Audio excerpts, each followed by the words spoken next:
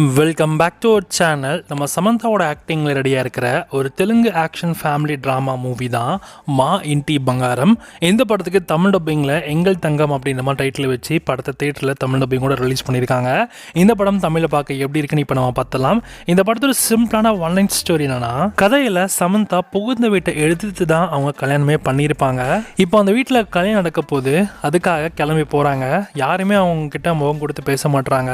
வீட்டில் இருக்கவங்க எல்லாருமே யாருமே இவங்கள மருமகளாக ஏற்றுக்கவே முடியல.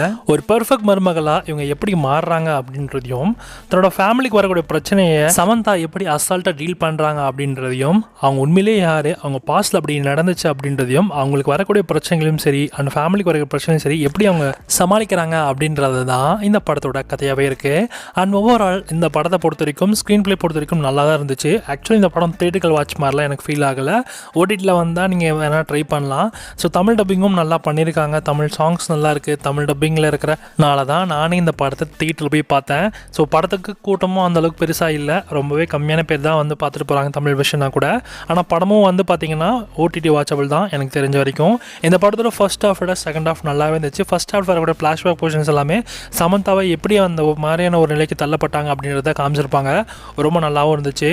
அண்ட் அதே சமயத்தில் எவ்வளோ பேர் டிஃபிகல்ட்டான சுச்சுவேஷன்லையும் சமந்தா எப்படி அவங்க யாருன்றதை அவங்க எப்படி வெளில சொல்ல வராங்க, அதுக்கான சுச்சுவேஷன் என்ன மாதிரி இருந்துச்சு அப்படின்றதையும், அது ஃபேமிலி அவங்க எப்படி சப்போர்ட் பண்ணுறாங்க அப்படின்றது தான் ரொம்ப ஒரு மாதிரி நல்லா எமோஷனலாக கொண்டு போயிட்டாங்க. ஓவரால் இந்த படம் நல்லாவே இருந்துச்சு. கண்டிப்பாக ஓடிடியில் வரப்போ கண்டிப்பாக நீங்கள் இந்த படத்தை எல்லாமே ட்ரை பண்ணுங்கள். தமிழ் டப்பிங்கோட இந்த படம் உங்களுக்கு ஓடிடியில் வரப்பையும் ஸ்ட்ரீம் ஆகும்.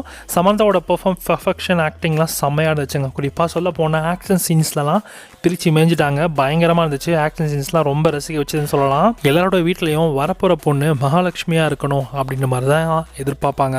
ஆனால் இந்த படத்தில் எப்படி ஒரு காலியாக வந்து சமந்தாவை பார்க்குறாங்க அப்படின்றத காட்டின விதம் நல்லாவே இருந்துச்சு. கண்டிப்பாக ட்ரை பண்ணலாம். தமிழ் டப்பிங்கில் ஓடிடியில் வரப்போ உங்களுக்கு சொல்கிறேன், அப்போ நீங்கள் செக் பண்ணி பாருங்கள். இந்த படம் இப்போது உங்களுக்கு தேட்டரில் கரண்டாக ரன் ஆகிட்டு இருக்கு. சமந்தோட ஃபேனாக இருந்தீங்கன்னா இந்த படத்தை தாராளமாக ட்ரை பண்ணுங்கள். தமிழ் டப்பிங்கும் நல்லாயிருக்கு. அண்ட் இந்த படத்துக்கு எஸ்ஆர் சிட்டிங்ஸ் 5க்கு 3 கொடுக்கலாம்.